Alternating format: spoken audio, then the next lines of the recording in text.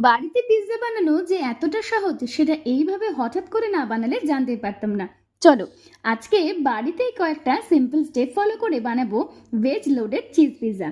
প্রথমে নিচের পছন্দ মতো কিছু সবজি কুচি কুচি করে কেটে নিয়ে প্যানের মধ্যে হালকা বাটার দিয়ে সতে করে নিতে হবে। আর সবজির মধ্যে অল্প নুনও ছড়িয়ে নিতে হবে, তাহলে সবজিগুলো ভালো মতো সেদ্ধ হবে। এরপর একটা পিৎজা বেসের মধ্যে এইভাবে কাঁটা চামচ দিয়ে হালকা করে ফুটো ফুটো করে নেবার পর তার মধ্যে পিৎজা সস মিউনিস দিয়ে ভালো করে ব্রাশ করে নিতে হবে। আমি এখানে ব্যবহার করছি বাজার থেকে কেনা রেডিমেড পিৎজা বেস, তোমরা চাইলে বাড়িতেও বানিয়ে নিতে পারো। তারপর সতে করে রাখা সবজিগুলো বেসের মধ্যে ভালো করে সাজিয়ে দেওয়ার পরে দেব ওপর থেকে অনেকখানি মজারেলা চিজ। আমি এখানে আমুলের চিজ ব্যবহার করছি, এর টেস্ট আমার মনে হয় সব থেকে ভালো।